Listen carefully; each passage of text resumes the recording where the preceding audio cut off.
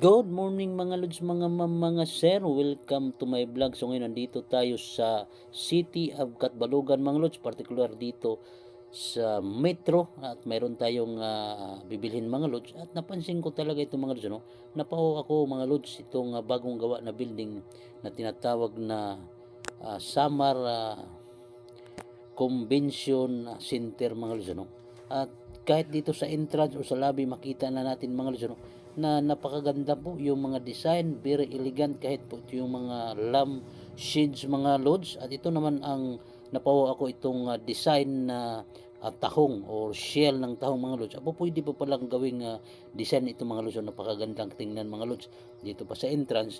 At ngayon lang ako nakita na yung tahong pala ay napakagandang gawing design sa ating bahay mga lods, ano. At nagkaroon tayo nito ng idea, no? At pwede nating masubukan mga lods sa ating bahay mga lods. Siyempre, kailangan lang natin mag-ipon ng shell ng tahong mga lods, ano.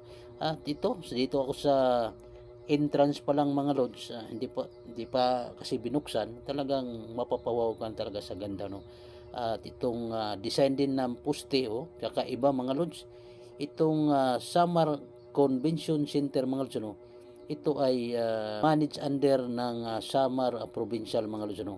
So government property ito mga lods, talagang napakaganda yung pagkagawa at iniheld dito mga lods, yung mga seminars, yung mga kasal at mga binyag, even private mga lods, as per ng nakuha natin impormasyon, no, po pwede ditong ganapin mga lods, no.